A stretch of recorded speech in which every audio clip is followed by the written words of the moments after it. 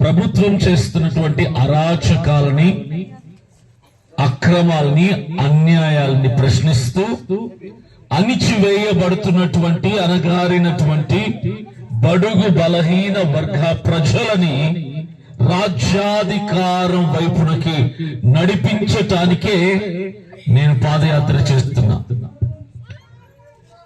మనవాడు మనలో నుంచి వచ్చినవాడు, మన కష్టాలు తెలిసినవాడు, మన సమస్యల కోసం పోరాడేవాడు, మన తరపున వాదించటానికి, మన తరపున ప్రభుత్వంతో మాట్లాడటానికి మన ఊరు వాడు అసెంబ్లీలో కూర్చుంటూ బాగుంటుందా?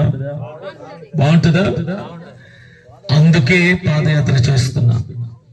రాజకీయాలు చేస్తున్న వాళ్ళందరూ లంచగొండలే. వీళ్ళందరూ లంచగొండలే.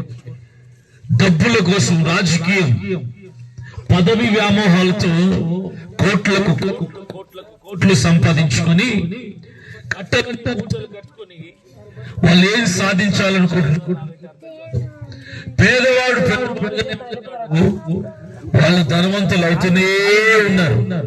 పేదవాళ్ళ బ్రతుకులు మారుతున్నట్లు మీకు ఎక్కడం కనిపించిందా? రాష్ట్రంలో కానీ దేశంలో కానీ పేదవాళ్ళు ఆ గుడిసెల్లోనే ఉంటున్నారు, ఆ పెంకుటిళ్లలోనే ఉంటున్నారు, అడగారి అదే స్థితిలో ఉంటున్నారు. కానీ వీళ్ళని అడ్డం పెట్టుకుని ఎందరో లక్షల కోట్లు సంపాదించేశారు. మన పరిస్థితి మాత్రం మారటంలా. ఇప్పుడు ప్రస్తుతం పార్టీలు ఎలా మారుతున్నాయి తెలుసా? పార్టీలు ప్రస్తుతం ఎలా మారుతున్నాయి తెలుసా? మతతత్వపు పార్టీలుగా మారుతున్నాయి. ఎట్లా మారుతున్నాయి? మతతత్వపు పార్టీ అంటే ఒక మతానికి, ఒక వర్గానికి, ఒక జాతికి కొమ్ము కాస్తున్నారు. ఇల్లు కేవలం యువతని మత్తుమంది ఎక్కించి, మతం అనే మత్తుమంది ఎక్కించి యువతని రౌడీలాగా తయారు చేసి ఒక మతానికి కొమ్ము కాస్తూ మరో మతం మీదకి రెచ్చగొట్టి పంపిస్తున్నారు, ఉసిగొలిపి పంపిస్తున్నారు. ఏమని? వీళ్ళు మన వాళ్ళు కాదు, వీళ్ళు మన దేశానికి చెందిన వాళ్ళు కాదు, వీళ్ళు మన దేశానికి శత్రువులు, వీళ్ళు దేశ ద్రోహులు, వీళ్ళు ఉగ్రవాదులు, తీవ్రవాదులు, టెర్రరిస్టులు, నక్సలైట్లు అన్నట్టుగా ఒక వర్గం మీద వాళ్ళు కుట్ర పన్నుతూ మతతత్వపు పార్టీగా పేరు తెచ్చుకొని మతం కోసం పనిచేస్తున్నారు. క్రైస్తవుల్ని శత్రువుల్ని చేసి ఈరోజు తరిమి కొడుతున్నారు క్రైస్తవుల్ని. చూడ్డంలో సోషల్ మీడియాలో ఈ రోజు కూడా ఒక వీడియో చూశాను నేను. ఎక్కడో ఒక గ్రామంలో 80 క్రైస్తవ ఇల్లులు కూలగొట్టారట. 80 ఇల్లులు క్రైస్తవుల మీద. వీళ్ళ ప్రతాపం ఎవరి మీద అంటే క్రైస్తవుల మీద, ముస్లింల మీద, వెనకబడుతున్నటువంటి దళితుల మీద, ఎస్సీల మీద, ఎస్టీల మీద వీళ్ళ ప్రతాపం ఈరోజు చూపిస్తుంటే మన తరపున మాట్లాడడానికి ఒక్క గొంతుగా ఉందా? పేరు చెప్పండి చూద్దాం. ఒక్కరు. ఇప్పుడు హైదరాబాద్ లో, తెలంగాణ రాష్ట్రంలో ముస్లింస్ కి కష్టం వస్తే మాట్లాడడానికి అసెంబ్లీలో ఎవరున్నారు తెలుసా? ఎవరున్నారు బ్రదర్? అసెంబ్లీలో మాట్లాడడానికి ముస్లింస్ తరపున ఎవరున్నారు తెలుసా? ఒక ఎంఐఎం పార్టీ ఉంది, అసదుద్దీన్ ఓవైసీ ఉన్నాడు. హిందువులకి కష్టం వస్తే చాలా మంది ఎమ్మెల్యేలు ఉన్నారు మాట్లాడడానికి. ఒక క్రైస్తవుడికి నష్టం వచ్చినా, అన్యాయం జరిగినా, వాళ్ళ ప్రార్థన మందిరాలు కూల్చినా, క్రైస్తవుల్ని హింసిస్తున్నా మాట్లాడడానికి ఒక ఎమ్మెల్యే పేరు చెప్పండి చూద్దాం. ఒక ఎమ్మెల్యే ఉన్నారు? ఎమ్మెల్యే ఎవరున్నా? ఒక్క ఎమ్మెల్యే. ప్రవీణ్ పగడాల తెలుసా? ఆయన పేరు తెలియని వాడు, ఆయన మరణం తెలియని వాడు ఎవ్వడు ఉండదు. ఎందుకంటే ప్రపంచంలో క్రైస్తవులు కాని వాళ్ళు కూడా ఆయన మరణాన్ని చూసి విలవిలలాడిపోయి ప్రతి ఒక్కరు కూడా సిబిఐ లా తయారైపోయారు. ఎందుకు తెలుసా? ఆ మరణం సామాన్య సహజ మరణం కాదు, దాని వెనకాల అది కావాలని చేసినటువంటి హత్య అని గొంతులు చింపుకొని ప్రపంచంలో ఉన్నటువంటి చాలా మంది అరిచారు, ఏడ్చారు. ఆయన చనిపోయినప్పుడు రాజమండ్రి దగ్గర 50,000 మంది ప్రజలు ప్రశ్నించడానికి వెళ్ళే, అందులో నేను కూడా ఒకటి. జరిగిందా? న్యాయం జరిగిందా? ఒక ప్రభుత్వం న్యాయం చేసిందా? ఒక నాయకుడు మాట్లాడాడు, ఒక నాయకుడైనా ఆయన తరపున అరే సామాన్య ప్రజలు ఇంత మంది, ఇన్ని వేల మంది నిలబడ్డారు, వీళ్ళంతా కూడా మాకు ఓట్లు వేసే వాళ్ళే కదా. మరి క్రైస్తవులని కాదు నేను చెప్పేది, బాగా వినండి. నేను క్రైస్తవులకి కొమ్ము కాయమని నేను చెప్పటంలా, ఏం చెప్తున్నానంటే ఒక నాయకుడు అనేవాడు, ఒక పార్టీ అంటే ఒక మతానికి కూడదు. క్రైస్తవులైనా, హిందువులైనా, ముస్లింలైనా అందరూ మా ప్రజలు అన్నట్టుగా వాళ్ళు భావించాలి. ఆ భావనతో వాళ్ళు పనిచేయాలి. సెక్యులర్ భావజాలను కలిగి ఉండాలి. ఏమవుతుంది? సెక్యులర్ భావజాలం కలిగి ఉండాలి. ప్రజల కోసం పనిచేయాలి. కుల మత వర్ణ వర్గ భేదమేమీ లేకుండా సమాన హక్కులు పంచుతూ సమానత్వంగా ప్రజలకు న్యాయం చేసే విధంగా వాళ్ళు పనిచేయాలి. క్రైస్తవుల కోసం మాత్రం పనిచేయటం లేదు, క్రైస్తవులకు ఎవ్వరూ పలకటంలా. మన పరిస్థితి ఎక్కడికి దిగజారిపోతుందంటే రోజు రోజుకి దీన స్థితికి దిగజారిపోతుంది. మన తరపున మాట్లాడే గొంతుక లేదు, మాట్లాడే ఎమ్మెల్యే లేడు, మాట్లాడే ఎంపీలు లేరు, మాట్లాడే ప్రధానమంత్రి లేడు, మాట్లాడే ముఖ్యమంత్రి లేరు. క్రైస్తవ ముఖ్యమంత్రులు కూడా మాట్లాడు, వాళ్ళ పదవులే వాళ్ళకు ముఖ్యం, వాళ్ళ సీటే వాళ్ళకు ముఖ్యం, వాళ్ళ పార్టీనే వాళ్ళకు ముఖ్యం. మనం అనుకుంటాం మా క్రైస్తవుడే కదా అని. 2 కోట్ల మంది క్రైస్తవులు ఉన్నారు. మనమందరం ఎవరు చెప్పండి, మీరంతా ఎవరు? మీరు కదా. కానీ వాళ్ళు అంటారు, ప్రభుత్వం అంటది క్రైస్తవులు 2% మందే ఉన్నారు అంటారు. అంటే వాళ్ళు ఏ లెక్కల ప్రకారం చెప్తారు తెలుసా? బీసీసీ ఉన్నవాడే క్రైస్తవుడు అంటాడు. ఆ లెక్క పరంగా తీసుకుంటే ఇక్కడ ఎవరు క్రైస్తవులు కాదు, నాతో సహా. నేను ఎస్సీ, ఎవరు క్రైస్తవులు కాదు. మన విషయానికి వస్తే మనకు తెలుసు మనం క్రైస్తవులు అని. వాళ్ళు ఏమంటారు తెలుసా? ఎస్సీ ఎస్టీలు యేసు ప్రభువుని నమ్ముకుంటే బీసీలో కలిపేస్తాం అని భయపెడతారు. బీసీలో కలిపేస్తాం మిమ్మల్ని అంటారు. మీకున్న రిజర్వేషన్లు తీసేస్తాం, మీకున్న హోదా తీసేస్తాం, మీకున్న హక్కులు తీసేస్తాం అని అంటారు. 100కి ఒక్కడుంటాడు నాకు తెలిసి బీసీసీగా మార్చుకున్న వాళ్ళు. కానీ 99 మంది ఎస్సీలుగా ఉన్న క్రైస్తవులు, ఎస్టీలుగా ఉన్న క్రైస్తవులు ఉన్నారు. ఈరోజు ఇంతమంది ఉన్నాం. మనం ఏం చేయాలంటే ఒకే పని చేయాలి. మనకంటూ ఒక నాయకుడు కావాలి అన్న ఆలోచన ఉండాలి. ఇదేంటి క్రైస్తవుల పార్టీనా మీరు పెడుతుందంటే కాదు, ఇది క్రైస్తవుల కోసం మాత్రమే కాదు. అణిచివేయబడుతున్నా, అనగారిపోతున్నా, మోసపోతున్నా, అన్యాయానికి గురి అవుతున్నా ప్రతి పౌరుడి కోసం మనం పొలిటికల్ పార్టీతో ముందుకు వస్తున్నాం. క్రిస్టియన్ అయినా మనం పనిచేస్తాం, హిందూ అయినా మనం పనిచేస్తాం, ముస్లిం అయినా మనం పనిచేస్తాం. అందరికీ సమాన హక్కుల కోసం మనం పోరాడుతున్నాం. ఎవరికి అన్యాయం జరిగినా మనం గొంతు విప్పుతాం. ప్రత్యేకంగా మన నియోజకవర్గంలో అన్ని గ్రామాల్లో తిరిగాం మేము. అన్ని చోట్ల ఏదో ఒక ప్రాబ్లం. రోడ్లు మహా భయంకరంగా ఉన్నాయి. రోడ్లు అయితే బండ్లు కూడా వెళ్ళలేనటువంటి పరిస్థితి. ఇవి ఎమ్మెల్యే దృష్టికి తెలీదా? వెళ్ళదా? రోడ్లు బాగలేవే. అరే మా ఓటర్లు, మాకు ఓట్లు వేసిన వాళ్లకు రోడ్లు సరిగ్గా లేవే. పాపం కనీసం ఒక పంచాయతీకి ఒక హాస్పిటల్ అంటే పెడదాం అన్నటువంటి ఇంకిత జ్ఞానం ఉండదా? ప్రతి గ్రామంలో ఇదే ప్రశ్న అడిగితే హాస్పిటల్ ఉందంటే లేదు, 20 కిలోమీటర్లు వెళ్ళాలి, 15 కిలోమీటర్లు వెళ్ళాలి అంటున్నారు. ఒక పంచాయతీ కలిపి ఒక హాస్పిటల్ పెట్టచ్చు కదా. వాళ్ళు అనుకుంటే పెట్టచ్చు కదా. పెట్టరు. ఎందుకంటే వాళ్లకు కోట్ల డబ్బు దాచుకోవడంతోనే జీవితాలు అయిపోతున్నాయి. ప్రజలకు మేలు చెయ్యాలి అన్న ఆలోచన ఏమాత్రం లేదు. ఎన్నికలు వస్తే మాత్రం మీకు అవి చేస్తాం, మీకు ఇవి చేస్తాం అని చెప్పి గాల్లో మేడలు కట్టే మాటలు 100 చెప్తారు. మీరు మరలా మోసపోతారు, మరలా వాళ్ళకే ఓట్లు వేస్తారు. ఈసారి నేను ఒకటి చెప్తున్నాను, మన వాడికి ఓటేద్దాం, మన కష్టాలు తెలిసిన వాడికి ఓటేద్దాం. మన మనిషిని అసెంబ్లీలో కూర్చోబెట్టాలి. అందుకే నేను ఈ పాదయాత్ర చేస్తున్నా, చైతన్యం తీసుకురావడానికి ప్రజల్లో ఈ పాదయాత్ర చేస్తున్నా. చెప్తారా? వచ్చే ఎన్నికల్లో దేంతో సమాధానం చెప్దాం? మన ఆయుధం ఏంటి? ఓటు మన ఆయుధం.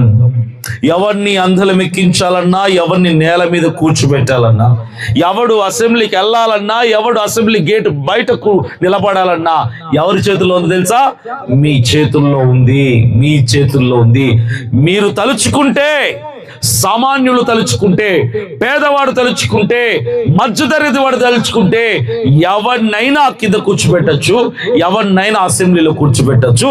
అది మీ చేతుల్లో ఉన్న హక్కు. అది ఈరోజు మనకు రోడ్లు కావాలి, మనకు హాస్పిటల్ కావాలి, మనకు స్కూళ్ళు కావాలి, నీళ్లు కావాలి, మాకు స్థలాలకి పట్టాలు కావాలి, మమ్మల్ని ఎస్టీల్లో చేర్చాలి, ఎస్సీ ఎస్టీలో యేసు ప్రభు నమ్ముకుంటే మా రిజర్వేషన్లు తీసేయకూడదు అని మనము అడుక్కోవటంలా భిక్షం. మనం భిక్షం అడుక్కోవటంలా ఏమడుగుతుంది తెలుసా? మన హక్కు మనం అడుగుతున్నాం. అది మన హక్కు. ఓటేసినటువంటి వాడికి రోడ్డు వేయాలి, అది హక్కు కాదా? అడుక్కోవటం అది. గ్రామం, ప్రతి గ్రామానికి అన్ని వసతులు సౌకర్యాలు ఏర్పాటు చేయాలి, అది మన హక్కు. ఎవరైతే ఓటేశారో వాళ్ళ హక్కు అది. మా ఊళ్ళో హాస్పిటల్ కావాలి, అది మన హక్కు. ఏదైతే వెసులుబాట్లు ఉన్నాయో, ఏదైతే లోపాలు ఉన్నాయో, లోటుపాట్లు ఉన్నాయో వాటిని సరి చేయమని ప్రభుత్వాన్ని దృష్టికి తీసుకెళ్లి ప్రశ్నించడం మన హక్కు. అది ఓటేశాం కాబట్టి హక్కుతో మాట్లాడాలి. నేను ఒక్కటే చివరికి ఒక్క మాట చెప్తా.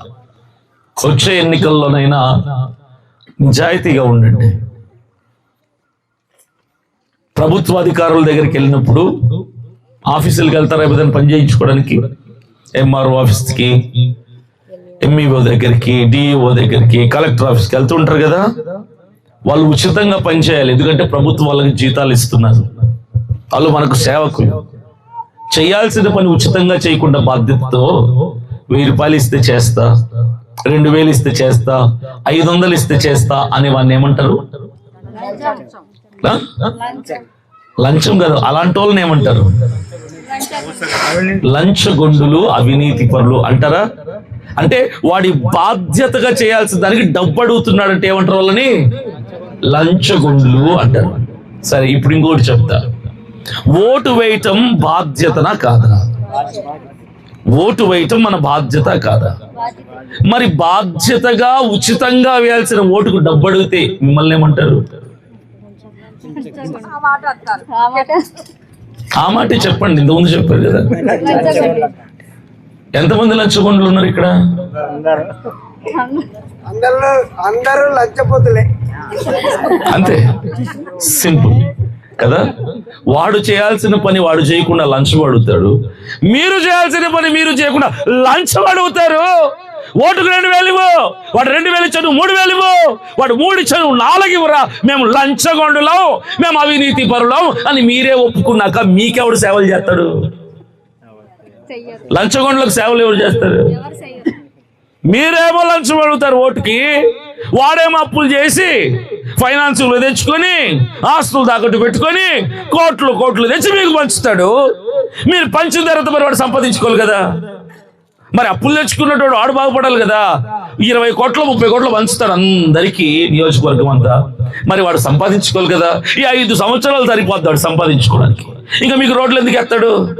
ఇక మీకు స్కూల్ ఎందుకు తెస్తాడు? మీకు డ్రైనేజీలు ఎందుకు ఉంటాయి? మీకు రైతు భరోసాలు ఎందుకు ఇస్తాడు? మీకు తల్లికి వందనం ఎందుకు ఇస్తాడు? మీకు అందాల్సిన పథకాలు ఎందుకు అందిస్తాడు? మీకు మేలు ఎందుకు చేస్తాడు? వాడు పంచిన డబ్బులు సంపాదించుకోవాలి కదా. సింపుల్ గా మీ ఊళ్ళో అభివృద్ధి కాకపోవటానికి కారణం ఎవరో చెప్పండి చూద్దాం. ఇప్పుడు మీరే, మనం కాదు, నేను కాదు, మీరు. మార్పు ఎక్కడ రావాలి? ఇప్పుడు ఎవడైనా వచ్చిరే ఏదో ఓటుకు నోటిస్తారు, నీకు దండంరా బాబు, నువ్వు ఓటుకు నోటు ఇవ్వద్దు, మరలా నువ్వు సంపాదించుకోవద్దు, రూపాయి కూడా నువ్వు ఇవ్వద్దు. ఓటు వేయటం మా బాధ్యత, మా హక్కదే. రాజ్యాంగం మాకు ఇచ్చిన హక్కురా ఓటు వేయటం. నీ రూపాయి కూడా మాకొద్దు, మేము వస్తాం, ఓటేస్తాం, మాకు మేలు చేయి. మా గ్రామంలో రావాల్సినవి తెప్పించు, మా గ్రామంలో ఉన్న ప్రజలకి ఇవ్వాల్సిన పథకాలు అందించు, మా హక్కుగా మేము ఓటేస్తాం, నీ హక్కుగా నువ్వు మాకు సేవలు చేసుకో అని చెప్పగలుగుతారు ఒక్కరన్నా? అలా చెప్పగలగాలనే నాలాంటి వాడు రోడ్డు ఎక్కాడు ఈ రోజున. ఈ మార్పు చైతన్యం రావాలి. అరే 2000కి 3000కి 5000 ఓట్లు అమ్ముకుంటే మీకు రావాల్సిన పథకాలు ఎందుకు రావటం లేదు తెలుసా? వాడు తింటున్నాడు అక్కడ మీకు డబ్బులు పనిచేసి. ఈ చేంజ్ మార్పు రావాలి. ఎంతకాలం అవినీతి పరులుగా బ్రతుకుతారు? ఇక్కడ తప్పు వాడిదా మీదా ఎవరిది అర్థం కాదు నాకైతే. ఆఫీసులకు వెళ్తే లంచాలు తీసుకున్న అధికారిదా? లంచగొండిగా వాడు డబ్బు తీసుకుంటున్నప్పుడు ప్రశ్నించని సామాన్య ప్రజలదా? బాధ్యతగా ఓటేయాల్సిన వాడు ఉచితంగా ఓటుకు డబ్బు అడుగుతున్న తప్పు మీద లంచగొండులుగా తయారు చేసేదానికి ఓటుకు డబ్బు పంచడం అలవాటు చేసిన వాడిదా? ఎవరిది తప్పు? ఎవరు మారాలి?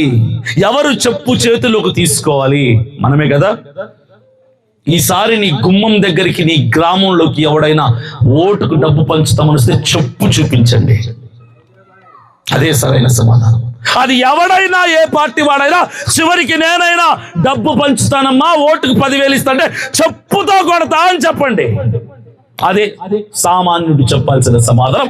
అప్పుడు వస్తుంది మార్పు మన ఊర్లో. అప్పుడు ఈ గుడిసెలు కనపడావు, ఈ పేకుటిల్లు కనపడావు, ఈ అతుకుల బంతలు కనపడావు, ఈ పేదరికం నిర్మూలం అవుతుంది. ఎప్పుడు? సామాన్యుడి చేతులకి చెప్పు రావాలి. నీ హక్కు, నీ బాధ్యత, నీ ఓటు నువ్వు వేసినప్పుడు ఉచితంగా నీకు మేలు జరిగిద్ది, నీ గ్రామం అభివృద్ధి అవుతుంది. ఈరోజు అన్ని దేశాలు, మన చుట్టూ ఉన్న దేశాలన్నీ అభివృద్ధి అయిపోతున్నాయి. పెద్ద పెద్ద మేడలు తలెత్తి ఇలా చూడాలి మేడల్ని. మన భారతదేశంలో ఒక్క మేడ లేదంట తెలుసా మీకు? ఒక్క బిల్డింగ్. మనకు సిగ్గు లేకుండా దుబాయ్కి వెళ్ళి, కువైట్లకు వెళ్ళి, చైనాలకు వెళ్ళి, అమెరికాలకు వెళ్ళి ఫోటోలు తీసుకొని పెడుతున్నాం. ఎందుకో తెలుసా? భారతదేశాన్ని వెక్కిరించడానికి.